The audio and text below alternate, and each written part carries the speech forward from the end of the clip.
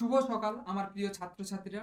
আশা করি সবাই খুব ভালো আছো। তোমাদের ডব্লিউপি এবং কেপি এক্সামকে টার্গেট করে যে জিকের প্র্যাকটিস সেটটি লঞ্চ করা হয়েছে, তো আজ তার 8 নম্বর ক্লাস।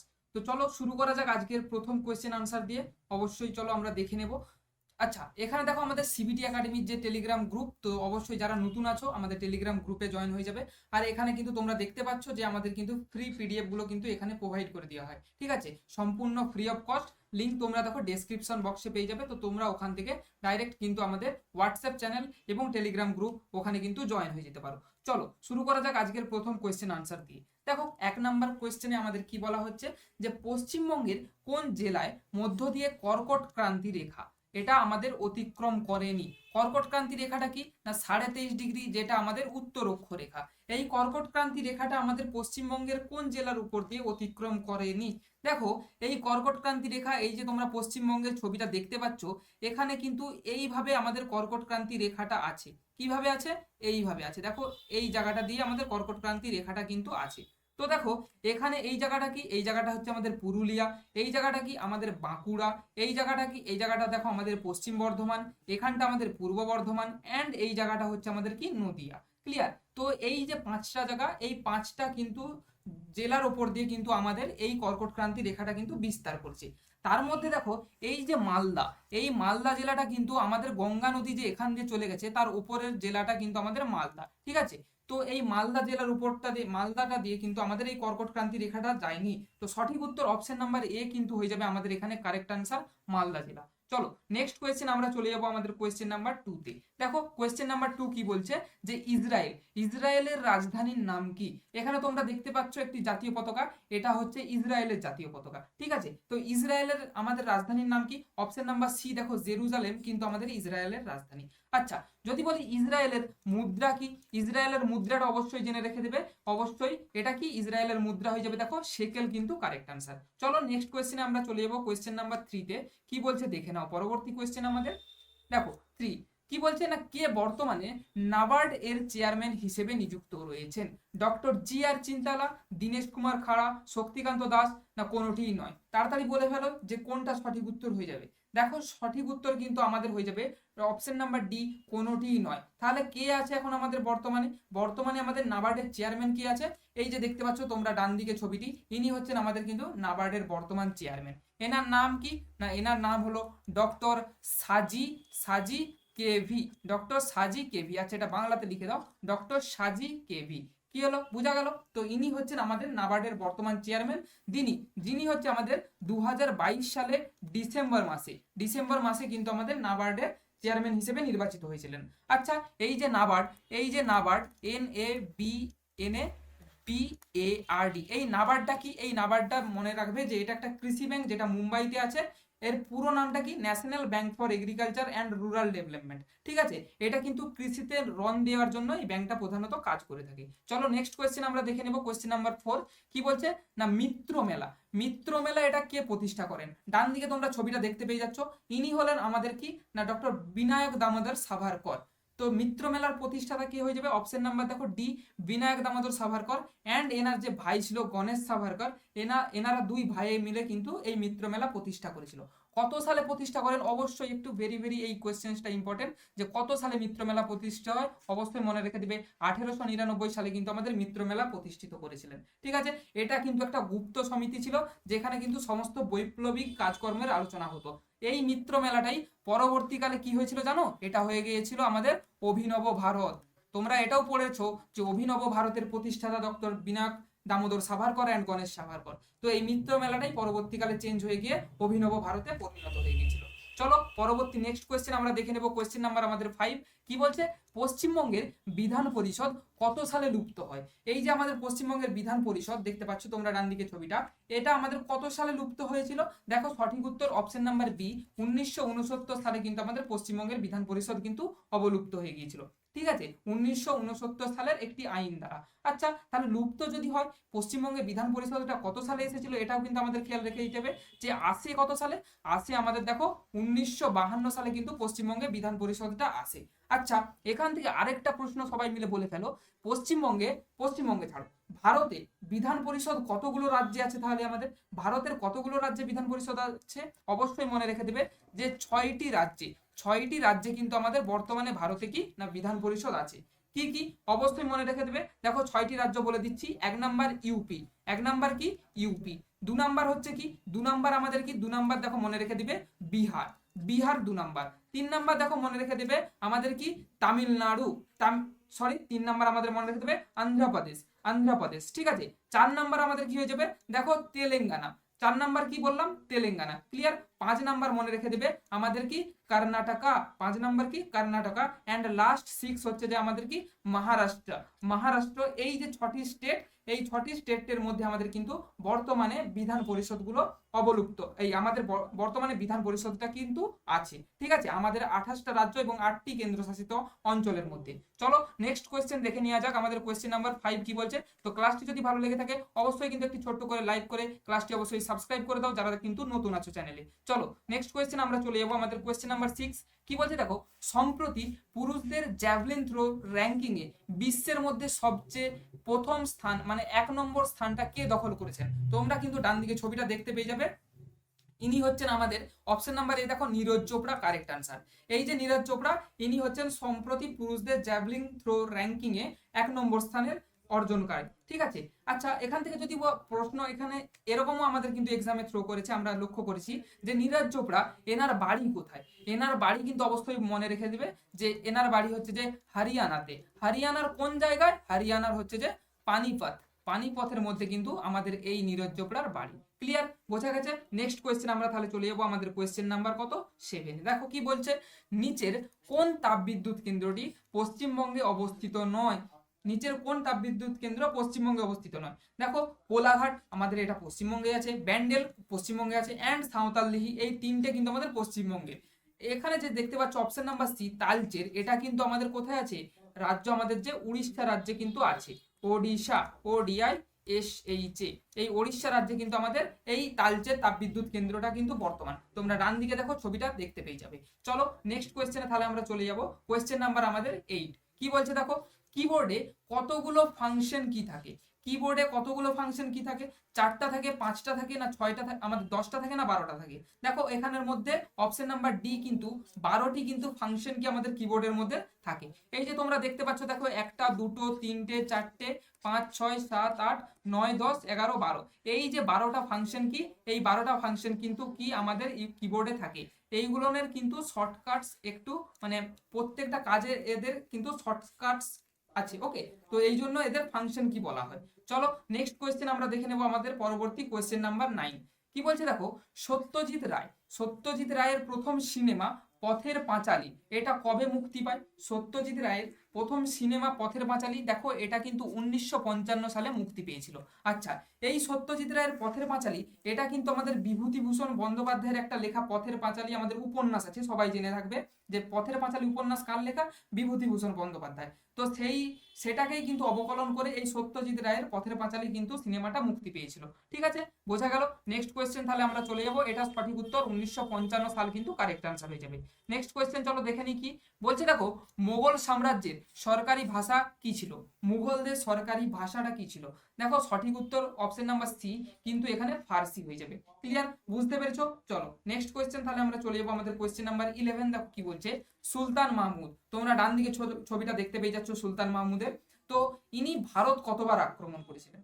তো ভারত কতবার আক্রমণ করেছিলেন তার আগে তোমরা এটা বলো যে সুলতান মাহমুদ ভারতে প্রথম যে আক্রমণ করেছিল সেই সময়টা টাইম পিরিয়ডটা কত ছিল? না 1001 সাল থেকে কিন্তু উনি ভারত আক্রমণ চালু করেছিলেন এবং 17 বার কিন্তু আমাদের এই ভারতকে উনি আক্রমণ করেছিলেন। কেন আক্রমণ করেছিলেন যদি বলা হয়, সুলতান মাহমুদ আমাদের ভারতের সম্পদ লুট করার জন্য অ্যান্ড আমাদের ভারতে ইসলাম ধর্মের প্রচারের জন্য কিন্তু সুলতান মাহমুদ আমাদের ভারতকে বারবার আক্রমণ করেছিলেন। এবং একটি ভেরি ভিভিআই টাইপ কোয়েশ্চেন বলে দিচ্ছি, 1025 খ্রিস্টাব্দে আমাদের গুজরাটের যে সোমনাথ মন্দির কিন্তু উনি আমাদের আক্রমণ করে কিন্তু সোমনাথ মন্দিরকে ধ্বংস করে লুট করেছিলেন। ঠিক আছে, এই যে সুলতান মাহমুদ ইনি হচ্ছেন আমাদের, তো এই কাজটা এরকম আমাদের একটা খারাপ টাইপের কাজ করেছিলেন। চলো নেক্সট আমরা দেখে নেব আমাদের পরবর্তী কোয়েশ্চেন। এটার সঠিক আনসার কিন্তু 17 বার কারেক্ট আনসার হয়ে যাবে। চলো নেক্সট কোয়েশ্চেন দেখে নিই। দেখো বলছে লোহিত রক্তকণিকা এটা কতদিন বাঁচে? লোহিত রক্তকণিকা কদিন বাঁচে? 1 সপ্তাহ, 30 দিন, 3 থেকে 5 15 দিন, না 120 দিন? কতদিন বাঁচে? তোমরা ডান দিকে ছবিটা দেখতে পেয়ে যাচ্ছ, দেখো লোহিত রক্তকণিকা। এই লোহিত রক্তকণিকা দেখো 120 দিন কিন্তু এটা বেঁচে থাকে। এই লোহিত রক্তকণিকা এটা উৎপন্ন হয় যদি কোথায় বলি, অবশ্যই মনে রাখবে যে যকৃৎ প্লীহা, আর কোথায় উৎপন্ন হয় না লাল অস্থি মজ্জায়, এখানে কিন্তু আমাদের লোহিত রক্তকণিকা এগুলো কিন্তু উৎপন্ন হয়। আচ্ছা যদি বলি ধ্বংস কোথায় হয় লোহিত রক্তকণিকা, অবশ্যই মনে রেখে দেবে যে লোহিত রক্তকণিকা আমাদের ধ্বংস হয় কোথায়, যকৃৎ এবং প্লীহাতে। ঠিক আছে, এই যে লোহিত রক্তকণিকার এগুলোর বৈশিষ্ট্যটা একটু মনে রেখে দেবে। দেখো এগুলো কিন্তু একটু অবতল আকারের হয়, এরকম অবতল আকারের হয়, এন্ড কি হয় এগুলো হয় কি না নিউক্লিয়াস বিহীন। কি বিহীন হয়? নিউক্লিয়াস বিহীন হয় এগুলো। ঠিক আছে, এগুলো কিন্তু অবশ্যই খেয়াল রেখে দিতে হবে। চলো নেক্সট কোয়েশ্চেন আমরা চলে যাব। পরবর্তী কোয়েশ্চেন নাম্বার আমাদের 13। কি বলছে দেখো, দাস বংশের প্রতিষ্ঠাতা কি? ডান দিকে তোমরা ছবিটা দেখতে পেয়ে যাবে যে দাস বংশের প্রতিষ্ঠাতা, দেখো আমাদের সঠিক উত্তর অপশন নাম্বার দেখো ডি কিন্তু কারেক্ট আনসার হয়ে যাবে। কুতুবউদ্দিন আইবক কিন্তু আমাদের সঠিক উত্তর। ঠিক আছে, বুঝতে পেরেছো? তো দেখো এখানে আমাদের তাহলে দাস বংশের প্রতিষ্ঠাতা কি হয়ে গেল না কুতুবউদ্দিন আইবক কিন্তু আমাদের দাস বংশের প্রতিষ্ঠাতা হয়ে গেল। ডান দিকে তোমরা ছবিটা দেখতে পেয়ে যাচ্ছ। আচ্ছা যদি বলি যে কুতুবউদ্দিন আইবক দাস বংশ কত সালে প্রতিষ্ঠা করেন, অবশ্যই মনে রেখে দেবে 1206 খ্রিস্টাব্দে কিন্তু এই দাস বংশের প্রতিষ্ঠাতা করেছিল। আচ্ছা এই কুতুবউদ্দিন আইবককে এনাকে কিন্তু লাখ বক্স বলা হতো। কি বলা হতো না লাখ বক্স। ওকে, লাখ বক্স বলা হতো। কেন বলা হতো না ইনি ছিলেন খুবই দানশীলতা। ঠিক আছে, ইনি খুবই দান ধ্যান করতেন, তো সেই জন্য এনাকে লাখ বক্স বলা হতো। ঠিক আছে, এই এই যে একমাত্র সুলতান ইনি কি করেছিলেন, একটা প্রশ্ন কিন্তু বারবার এক্সামে আসে যে ঘোড়ার পিঠ থেকে কোন সুলতান পরে মারা গিয়েছিলেন। ঠিক আছে, তো সঠিক উত্তর মনে রেখে দিবে এই যে কুতুবউদ্দিন আইবক ইনি কিন্তু ঘোড়ার পিঠ থেকে কি না চুঘান বা হচ্ছে পোলো খেলতে গিয়ে কিন্তু পড়ে গিয়ে মারা যান। অবশ্যই এটা কিন্তু খেয়াল রেখে দিবে। চলো নেক্সট কোয়েশ্চেন আমরা দেখে নেব। পরবর্তী কোয়েশ্চেন, কোনটি দূষক পদার্থ নয়? দেখো এখানে পারদ দূষণে কিন্তু আমাদের কি হয় মিনামাটা রোগ হয়, তো এটা একটা দূষক পদার্থ, তাহলে এটা কারেক্ট আনসার হবে না। আর্সেনিক দূষণে কি হয় ব্ল্যাক ফুট ডিজিজ হয়, তো এটাও কিন্তু একটা দূষক পদার্থ। অ্যান্ড সীসা দূষণে কি হয় মস্তিষ্কে ব্যথা, আমাদের স্নায়ুতন্ত্র অবশ করে দেয়, তলপেটে ব্যথা হয়, হৃৎপিণ্ডের কার্যক্ষমতা কমে যায়, তো এগুলো সবই দূষিত পদার্থ। কিন্তু এই অ্যালুমিনা এইটা কিন্তু আমাদের দূষিত পদার্থ নয়। এই অ্যালুমিনাটা কি, অ্যালুমিনা হচ্ছে যে একটা আমাদের কি, দেখো তোমার দিকে এখানে ছবিটা দেখিয়ে দিচ্ছি। দেখো এই যে অ্যালুমিনা এটা কি, এটা হচ্ছে দেখো Al2O3, মানে কি না অ্যালুমিনিয়াম অক্সাইডটাকেই অ্যালুমিনা বলা হয়। এটা কি, এটা হচ্ছে আমাদের কিন্তু শিল্প ক্ষেত্রে ব্যবহার করা হয়। ঠিক আছে, তো সঠিক উত্তর এখানে অপশন নাম্বার সি কিন্তু কারেক্ট আনসার হয়ে যাবে। ঠিক আছে, নেক্সট কোয়েশ্চেন আমরা দেখে নেব। কোয়েশ্চেন নাম্বার দেখো 15তে কি বলছে, নিচের কোনটি ভূপাল গ্যাস দুর্ঘটনার জন্য দায়ী? Methyl isocyanate, ethyl isocyanate, oleum, না কোনোটি নয়? এখানের মধ্যে দেখো আমাদের এই যে ভূপাল গ্যাস দুর্ঘটনা এটা আমাদের হয়েছিল কোথায় না মধ্যপ্রদেশ স্টেটের মধ্যে যে ভূপাল আমাদের স্থান আছে, তো ওখানে আমাদের একটি শিল্প আমাদের যে কেন্দ্র, তো সেখানে আমাদের কি না এই মিথাইল আইসোসায়ানেট গ্যাস কিন্তু দুর্ঘটনার ফলে আমাদের এটা হয়েছিল। আচ্ছা তো এটা কত সালে হয়, অবশ্যই মনে রেখে দেবে 1984 সালে কিন্তু এটা হয়েছিল। কখন, রাত্রে বেলা কিন্তু এই দুর্ঘটনাটা ঘটেছিল। আর এই মিথাইল আইসোসায়ানেট এটাকে কিন্তু এমআইসি গ্যাসও বলা হয়। ওকে ক্লিয়ার, এখান থেকে কিন্তু এটা অবশ্যই মনে রেখে দেবে। আচ্ছা ওলিয়ামটা কি, ওলিয়ামটা অবশ্যই মনে রেখে দেবে, এটা কিন্তু ধূমায়নমান সালফিউরিক অ্যাসিড H2S2O7, যার সংকেত কি না H2S2O7, এটা কিন্তু এক্সামে দিয়ে থাকে। ঠিক আছে, চলো নেক্সট কোয়েশ্চেন আমরা চলে যাবো। আমাদের কোয়েশ্চেন নাম্বার 16তে কি বলছে দেখো, জাতীয় বন্যপ্রাণী দিবস কবে পালিত হয়? দেখো এই যে এখানে তোমরা দেখতে পাচ্ছ ওয়ার্ল্ড ওয়াইল্ড লাইফ ডে, এটা আমাদের কবে পালিত হয়? দেখো সঠিক উত্তর অপশন নাম্বার বি 3রা মার্চ কিন্তু জাতীয় বন্যপ্রাণী দিবস কিন্তু পালিত হয়। ঠিক আছে, বুঝতে পেরেছো আশা করি সবাই। চলো নেক্সট কোয়েশ্চেনে আমরা চলে যাই, কোয়েশ্চেন নাম্বার 17তে। জালিয়ানওয়ালাবাগ হত্যাকাণ্ডটা কবে ঘটেছিল? 1965, 1929, 1919, 1923 সাল? তাড়াতাড়ি বলে ফেলো। এবারে তোমাদের মধ্যে কিছু জন আছে যারা বলবে যে স্যার, আমাকে প্রতিদিন কমেন্টও করে আমি দেখেছি যে স্যার আপনি খুব সোজা সোজা কোশ্চেন দিচ্ছেন, এরকম আমাদের এক্সামে এর থেকে অনেক কঠিন আছে। অবশ্যই। আচ্ছা সোজা তোমাদের মনে হচ্ছে এখান থেকে এটা তোমরা বলো 1919 সালে তুমি কেন, এখানে 100% স্টুডেন্টরা কিন্তু এটা জানে যে 1919 সালে জালিয়ানওয়ালাবাগ হত্যাকাণ্ড ঘটেছিল, আমি মানলাম। আচ্ছা কোন তারিখে ঘটেছিল জালিয়ানওয়ালাবাগ হত্যাকাণ্ড, এটা আমাদের কোন তারিখে ঘটেছিল এটা তোমাদের মধ্যে কে বলতে পারবে?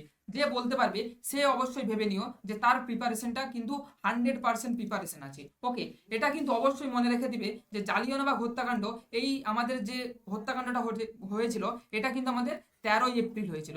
কত তারিখ বললাম? 13 এপ্রিল বললাম, ঠিক আছে। তো এটা কে কে জানতে অবশ্যই কমেন্টে জানাও যে স্যার আমি কিন্তু জানতাম যে 1919 সালে 13 এপ্রিল হয়েছিল। তো অবশ্যই কিন্তু তার প্রিপারেশন কিন্তু খুবই ভালো আছে, এটা মেনে নিতে হবে। এবং দেখো এক্সামে এখন আর এই কোয়েশ্চেন্সটা দেয় না যে 1919 সালে জালিয়ানওয়ালাবাগ হত্যাকাণ্ড হয়েছিল, এখন দেয় যে কত কোন তারিখে কিন্তু এটা হয়েছিল, ঠিক আছে। তো এই জন্যই কোয়েশ্চেন্সটা এখানে দেওয়া। চলো নেক্সট কোয়েশ্চেন আমরা দেখে নেব, পরবর্তী আমাদের কোয়েশ্চেন নাম্বার 18 কি বলছে, ভারতের কতগুলো রাজ্যে পশ্চিমবঙ্গের সীমানা স্পর্শ করেছে? কতগুলো রাজ্য? 5টা, 4টা, 6টা না 7টা? দেখো ভারতের মধ্যে যে আমাদের 5টা রাজ্য আছে সেগুলো কিন্তু আমাদের পশ্চিমবঙ্গের সীমানা স্পর্শ করেছে। কোন কোন? দেখো পশ্চিমবঙ্গের উপরের দিকে আমাদের সিকিম আছে যেটা পশ্চিমবঙ্গকে স্পর্শ করেছে। পূর্বের দিকে আমাদের কি আছে না আসাম স্টেট আছে। অ্যান্ড পশ্চিমের দিকে কি আছে? উপরে এখানে বিহার আছে, এখানে আছে আমাদের ঝাড়খণ্ড, আর নিচে আছে আমাদের কি উড়িষ্যা। এই 5টা স্টেট কিন্তু আমাদের পশ্চিমবঙ্গের সাথে কিন্তু আমাদের ভারতের যে 5টা রাজ্যের সীমানা কিন্তু স্পর্শ হয়েছে। বোঝা গেল? চলো নেক্সট কোয়েশ্চেন আমরা দেখে নেব, কোয়েশ্চেন নাম্বার 19। দেখো ইউপিআই এর পুরো নাম কি? ইউপিআই এর পুরো নাম কি? দেখো United payment interface, unified payment interface, universal payment link, না কোনোটিই নয়। দেখো সঠিক উত্তর এখানে হয়ে যাবে ইউনিফাইড পেমেন্ট ইন্টারফেস, এটা হয়ে যাবে আমাদের কারেক্ট আনসার। ঠিক আছে, বোঝা গেছে? চলো নেক্সট কোয়েশ্চেনে আমরা চলে যাব, 20 নাম্বার কোয়েশ্চেনে। দেখো ভারতের মোট কতগুলো হাইকোর্ট আছে? 23টি, 25টি, 24টি, 30টি। ঠিক আছে, ভারতে কতগুলো হাইকোর্ট আছে? সঠিক উত্তর অপশন নাম্বার দেখো সি, কিন্তু আমাদের 25টা কারেক্ট হয়ে যাবে। ভারতে 25টা হাইকোর্ট আছে। এবার তোমাদের মধ্যে কেউ কেউ বলবে যে স্যার আমাদের ভারতে দেখো স্টেট স্টেট কটা আছে? স্টেট আছে আমাদের 28টা। কটা স্টেট আছে বললাম? 28টা কিন্তু স্টেট আছে। ইউটি ইউনিয়ন টেরিটরি মানে আমাদের কেন্দ্রশাসিত অঞ্চল কটা আছে? 8টা আছে। ক্লিয়ার? তো 28টা রাজ্য অ্যান্ড 8টা কেন্দ্রশাসিত অঞ্চল। এবার তোমাদের মধ্যে বলবে যে স্যার প্রত্যেকটা রাজ্যের যদি একটা করে আমাদের হাইকোর্ট থাকে তাহলে 28টা রাজ্যের মধ্যে স্যার আমাদের 25টা কেন স্টেট আমাদের হাইকোর্ট আছে? কেউ কেউ এটা প্রশ্ন হতেই পারে। দেখো আমাদের যে কলকাতা হাইকোর্ট আছে, কলকাতা হাইকোর্ট এটা কি শুধু আমাদেরই হাইকোর্ট? না, এটা আমাদের আন্দামান নিকোবর দ্বীপপুঞ্জ প্লাস কলকাতার লিঙ্ক। ঠিক আছে, তো এরকম কিছু কিছু জায়গা আছে যেখানে শুধু সেই স্টেটেরই নয়, পার্শ্ববর্তী দুটো তিনটে স্টেট নিয়ে কিন্তু সেই হাইকোর্ট কিন্তু কাজ করে। যেমন যেমন ধরো আমাদের দাদরা নগর হাভেলি প্লাস হচ্ছে আমাদের মুম্বাই, এই দুটো চেন্নাই, এই মুম্বাই প্লাস হচ্ছে দাদরা নগর হাভেলি। তো এই দুটোকে নিয়ে কি করে না আমাদের মুম্বাইয়ের যে হাইকোর্ট আছে ওটা কাজ করে। লাক্ষাদ্বীপ প্লাস হচ্ছে কেরালার হাইকোর্ট, এই দুটো হচ্ছে একসাথে নিয়ে আমাদের আমাদের কেরালা হাইকোর্ট কাজ করে। তো এখানে দেখো তোমরা কিন্তু হাইকোর্ট গুলো 25টা হাইকোর্ট কিন্তু এখানে দেখতে পেয়ে যাবে। ঠিক আছে, ক্লিয়ার? বুঝতে পেরেছো? চলো নেক্সট কোয়েশ্চেনে আমরা চলে যাবো। আমাদের কোয়েশ্চেন নাম্বার কি না 21। দেখো কি বলছে, বর্তমানে ভারতের রাজ্য ও কেন্দ্রশাসিত অঞ্চলের সংখ্যা কয়টি? বর্তমানে ভারতে আমাদের রাজ্য কেন্দ্রশাসিত অঞ্চলের সংখ্যা কয়টি? প্রিভিয়াস কোয়েশ্চেনে তোমাদের দিকে দেখালাম, দেখো আমাদের 28টা রাজ্য অ্যান্ড 8টা কেন্দ্রশাসিত অঞ্চল কিন্তু বর্তমানে ভারতে আছে। চলো নেক্সট কোয়েশ্চেনে তাহলে আমরা চলে যাই। কোয়েশ্চেন নাম্বার আমাদের 22 কি বলছে, নিম্নের কোনটির সঙ্গে পশ্চিমবঙ্গের সর্বাধিক দীর্ঘ সীমানা রয়েছে? দেখো কি বললাম না 5টা স্টেটের সাথে কিন্তু আমাদের পশ্চিমবঙ্গের সীমানা যুক্ত আছে, আসাম, বিহার, ঝাড়খণ্ড, উড়িষ্যা, আরেকটা কি ওপরের দিকে কিন্তু আমাদের সিকিমটা আছে। তো সিকিমটা এখানে অপশনে দেওয়া হয়নি, বলেছে যে এই 5টা স্টেটের মধ্যে, বা এখানে যদি বলো 4টা স্টেট, তো 4টা স্টেটের মধ্যে কোনটার সাথে পশ্চিমবঙ্গের সীমানাটা দীর্ঘতম এইভাবে। ঠিক আছে, অবশ্যই মনে রেখে দেবে যে আমাদের পূর্ব দিকে ঝাড়খণ্ড আছে, পশ্চিমবঙ্গের পূর্বে যে ঝাড়খণ্ড স্টেট আছে, তো তার সাথে কিন্তু দীর্ঘতম সীমানাটা কিন্তু আমাদের শেয়ার করেছে পশ্চিমবঙ্গ। চলো নেক্সট কোয়েশ্চেন দেখে নেবো 23। বলছে দেখো আইহোল প্রশস্তি, আইহোল প্রশস্তি এটা কে রচনা করেছিল? তোমরা ডান দিকে ছবিটা দেখতে পেয়ে যাবে আইহোল প্রশস্তির ছবিটা। এটা কে রচনা করেছিল? এটা দেখো অপশন নাম্বার বি, এটা কিন্তু রবি কীর্তির রচনা। আচ্ছা রবি কীর্তি এটা কে ছিল? রবি কীর্তি ছিল চালুক্য বংশে। কোন বংশের বললাম? না চালুক্য। চালুক্য বংশের আমাদের কে না আমাদের প্রতিষ্ঠাতা কে ছিল? চালুক্য বংশের প্রতিষ্ঠাতা কে ছিল? কীর্তিবর্মন 1। এবং আমাদের প্রতিষ্ঠাতার পর আমাদের শ্রেষ্ঠ সম্রাট কে ছিল চালুক্য বংশের? কীর্তিবর্মন 2। এই কীর্তিবর্মন 2 এর কিন্তু আমাদের সভাকবি ছিল এই রবি কীর্তি। তো এই রবি কীর্তি কীর্তিবর্মন 2 এর আমাদের প্রথম পুলকেশী অ্যান্ড, আচ্ছা সরি এখানে ভুল বললাম বোধহয়, আমাদের চালুক্য বংশের প্রতিষ্ঠাতা প্রথম পুলকেশী, আমাদের শ্রেষ্ঠ হচ্ছে আমাদের দ্বিতীয় পুলকেশী, অ্যান্ড আমাদের শেষ হচ্ছে কীর্তিবর্মন 2। ঠিক আছে, এই যে দ্বিতীয় পুলকেশী, এই দ্বিতীয় পুলকেশীর কিন্তু সভাকবি ছিল আমাদের এই রবি কীর্তি, যিনি কিন্তু আমাদের এই আইহোল প্রশস্তি কিন্তু রচনা করেছিলেন। বোঝা গেল? চলো নেক্সট কোয়েশ্চেনে আমরা কিন্তু চলে যাব। কোয়েশ্চেন নাম্বার দেখো 24 কি বলছে, ভারতীয় সংবিধান চালু হওয়ার সঠিক সালটি কবে? 1949 সালের 26শে নভেম্বর, 1950 সালের 26শে জানুয়ারি।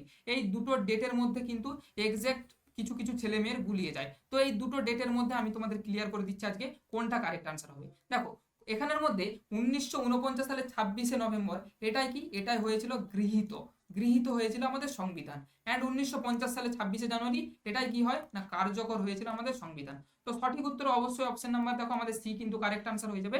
যে চালু হওয়া মানে কি, কার্যকর হওয়া বোঝায়, তো অপশন নাম্বার সি কিন্তু এখানে কারেক্ট হয়ে যাবে, 26শে জানুয়ারি 1950। ঠিক আছে, বোঝা গেছে? পরবর্তী নেক্সট কোয়েশ্চেন এবং আজকের আমাদের সেশনের লাস্ট কোয়েশ্চেন আমরা চলে যাবো। কি বলছে দেখো, ভারতের প্রমাণ সময় এবং গ্রিনিচের প্রমাণ সময়ের মধ্যে পার্থক্য, এটা কিন্তু সবাই প্রায় জেনে থাকবে যে 5 ঘন্টা 30 মিনিট। তো না, আমাদের জিএমটির থেকে আমাদের প্লাস 5 ঘন্টা 30 মিনিট, এটা কিন্তু আমাদের এগিয়ে থাকে ভারতীয় প্রমাণ সময়। তো এই ছিল আজকের টপ 25 কোয়েশ্চেন জিকে। তো অবশ্যই তার মধ্যে তোমাদের কত স্কোর হলো সেটা কিন্তু অবশ্যই জানিয়ে দেবে। আর ক্লাসটি যদি ভালো লেগে থাকে অবশ্যই কিন্তু একটি লাইক করে ক্লাসটি কিন্তু তোমাদের যে কমেন্ট সেটা কিন্তু করে দেও, যে ক্লাসটি সম্পর্কে তোমাদের কোনো রকম মতামত থাকলে সেটা করতে পারো। অবশ্যই বন্ধুদের কাছে ক্লাসটি শেয়ার করে দাও আর সাবস্ক্রাইব করে বেল আইকনটি ক্লিক করে দাও, যাতে পরবর্তী নেক্সট ভিডিওর জন্য কিন্তু তোমাদের কাছে কিন্তু ভিডিওটা চলে যায়। ঠিক আছে, তো ক্লাসটি আজকে এখানেই শেষ করলাম, দেখা হবে পরবর্তী আবার কোনো নেক্সট ভিডিওতে।